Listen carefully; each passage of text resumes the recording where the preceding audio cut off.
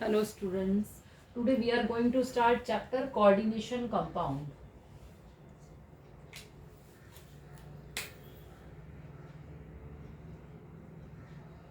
Coordination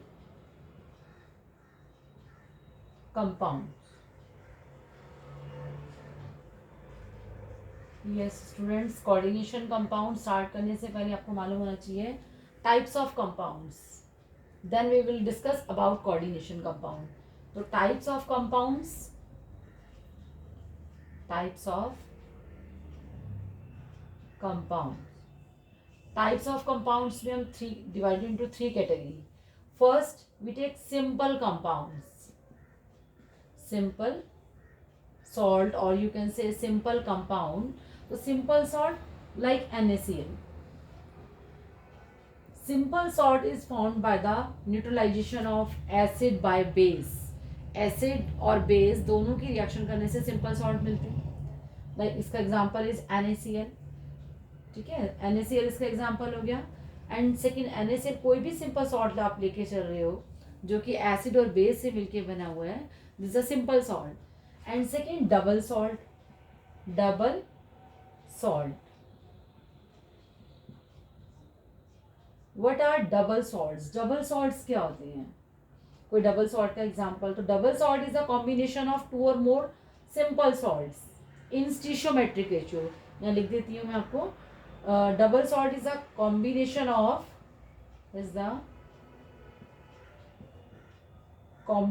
of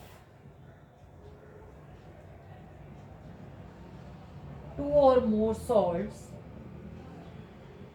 two or more simple salts.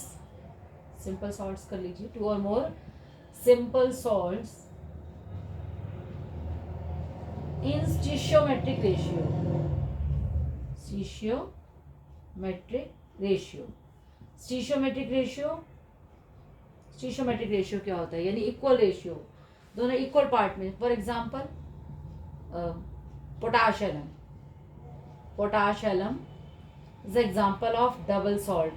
Potash alum made up of two salt, K2SO4, potassium sulfate and aluminium sulfate dot 24H2O. तो potash alum is made up of two salt, potassium sulphate, aluminium sulphate, दोनों का एक एक वो लिया हुआ है, दोनों का रेशियो क्या है? इक्वल है.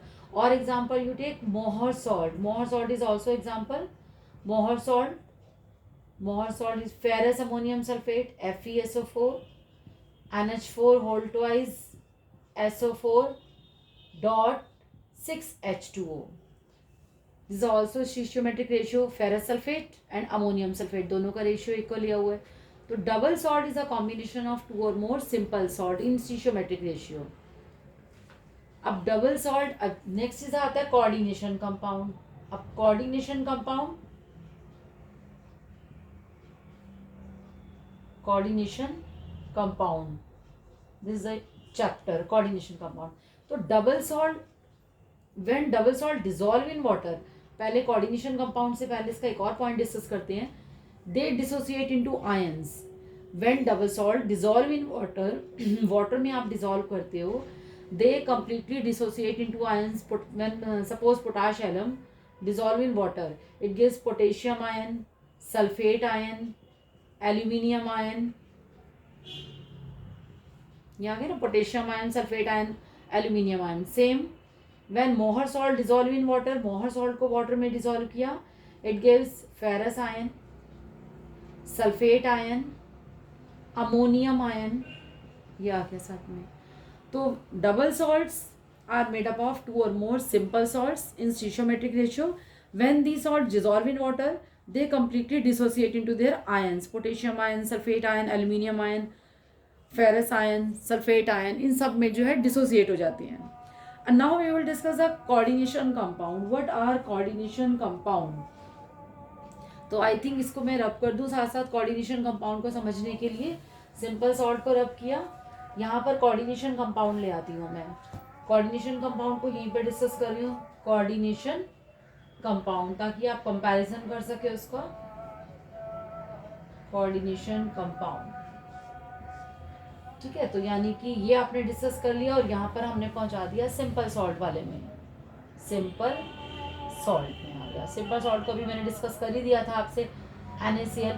ये भी वाटर में जाने पर कंप्लीटली डिसोसिएट हो जाएंगे इनटू आयंस में, क्लोराइड आयन में दे दिया। Now the coordination compound, for coordination compound this is also formed by the combination of 2 और more simple salt in stoichiometric ratio. Means coordination compound भी जैसे डबल सॉल्ट मिलके बने होते हैं, सेम इसी का मिलके बने होते हैं।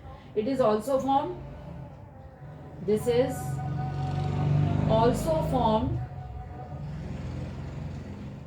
by the combination of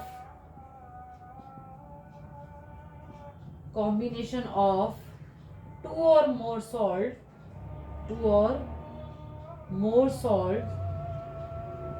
in stoichiometric ratio। फिर what is the difference? Difference क्या हुआ इन दोनों में? सेम बात ही मैं लिख रही हूँ कि this is also formed by the combination of 2 और more salts in stoichiometric ratio, but when coordination compound dissolve in water, for example we take potassium ferrocyanide, this is the example of coordination compound। यानी coordination compound में ये square bracket देख रहे हैं आप, ये square bracket must है, होना चाहिए, ठीक है। तो when coordination compound dissolve in water, जब इसको हमने वाटर के अंदर डिसॉल्व किया, दे do not dissociate into ions, ये कॉम्प्लेक्स एज इट इज रहा, ओनली स्क्वायर ब्रैकेट के बाहर जो आयंस हैं वो देंगे आपके आयंस में आएंगे, is a 4 potassium ion, but complex as it is रहेगा। मीन्स ये पूरा का पूरा आयरन और साइनाइड आयन वैसे के वैसे ही रह गई, ये कॉम्प्लेक्स जो है वाटर में जाके डिसोसिएट नहीं हुआ।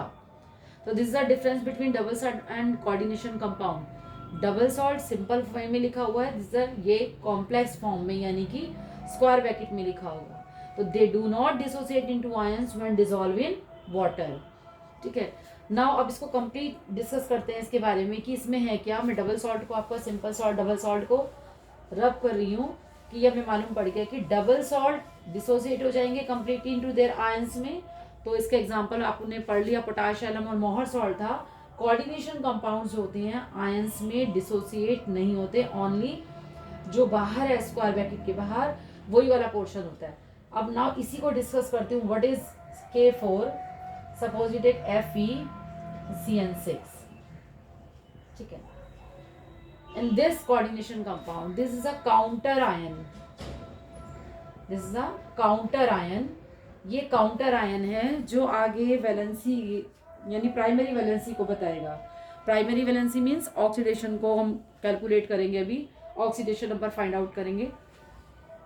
इन स्क्वायर ब्रैकेट में ये जो पूरा दिया हुआ, this is a coordination sphere, this portion is coordination sphere, it is called coordination sphere.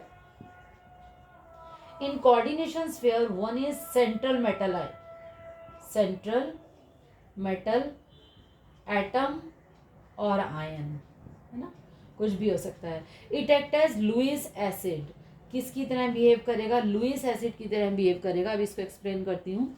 Central metal ion और it is also called Lewis acid, ये आपकी जो है जनरली डी ब्लॉक की मेटल होगी। किसकी मेटल है ये? कहाँ की? कौन सी? D block metal, D block metal होगी। डी ब्लॉक मेटल ही क्यों है?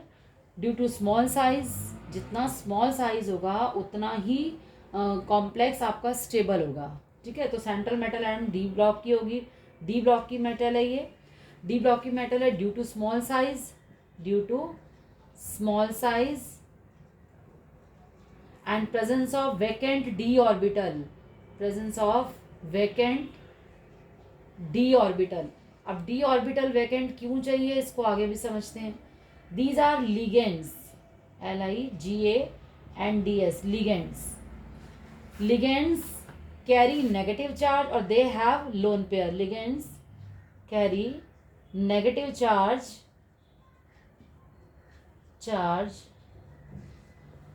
और दे हैव लोन पेयर, यानी इनके पास नेगेटिव चार्ज होगा या फिर क्या होगा? लोन पेयर होगा, ताकि सेंट्रल एटम से कोऑर्डिनेट बॉन्ड के थ्रू अटैच हो सके। मीन्स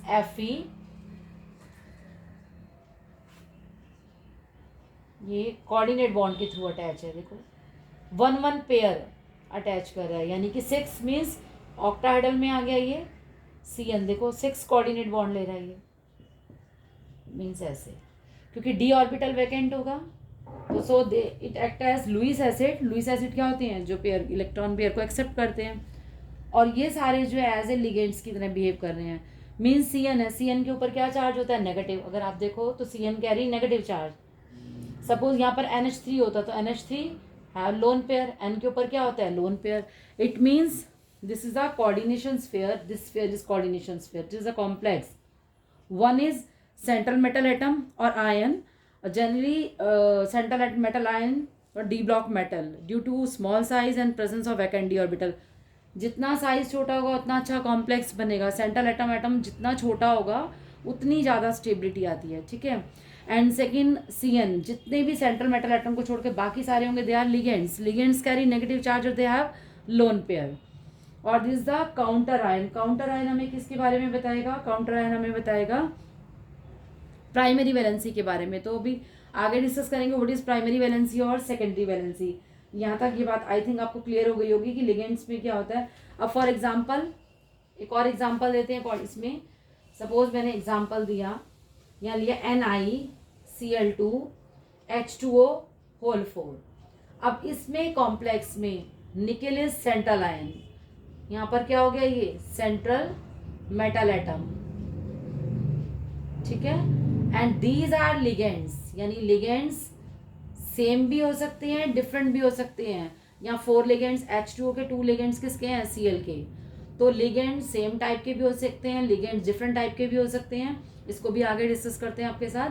बट आई थिंक आपको ये समझ में आ गया होगा कि टाइप्स ऑफ कंपाउंड 3 टाइप के थे, सिंपल और डबल सॉल्ट और कोऑर्डिनेशन कंपाउंड। सिंपल जो न्यूट्रलाइजेशन से बनते हैं, ठीक है ना, एसिड बेस रिएक्शन से बनते हैं, सिंपल सॉल्ट्स होते हैं।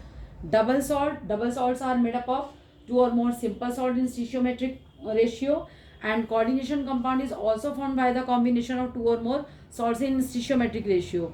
But double salt when dissolved in water they dissociate into their ions, but coordination compound यानी ओनली स्क्वायर ब्रैकेट के जो बाहर वाला portion, this is the ionic part, यहाँ दिया हो या यहाँ इसमें दिया हो, तो जो स्क्वायर ब्रैकेट के बाहर होगा वही अपने आयंस में डिसोसिएट होगा। बट स्क्वायर ब्रैकेट में पूरा का पूरा एज इट इज रहेगा वाटर में डिजोल्व करने के बाद।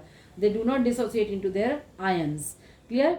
इन कॉम्प्लेक्स में 1 central atom, other are ligands, और this is the counter ion, और ये पूरा इसको क्या बोलते हैं, coordination sphere. So students, this is also called complex, coordination sphere, coordination entity और कॉम्प्लेक्स। इसे कॉम्प्लेक्स भी बोलेंगे पूरे को, कोऑर्डिनेशन एंटिटी भी यही चीज़ है, और यू कैन से कॉम्प्लेक्स भी इसी के लिए बात करते हैं। और थर्ड हम इसको जो है कोऑर्डिनेशन स्फीयर भी बोल सकते हैं। दिस ऑल्सो 1 कॉम्प्लेक्स भी इसी टर्म को ही बोलते हो आप, देन कोऑर्डिनेशन स्फीयर भी इसी टर्म को बोलोगे, एंड थर्ड हम इसको कोऑर्डिनेशन एंटिटी भी बोल देते हैं, ठीक है। तो सेम टर्म यूज करते हैं, कोऑर्डिनेशन एंटिटी। अब नेक्स्ट में हम डिस्कस करेंगे टाइप्स ऑफ लिगेंड्स, यानी कि लिगेंड्स कितने टाइप के होते हैं, किस टाइप के कॉम्प्लेक्स है। नेक्स्ट वाले में उसको डिस्कस करना है।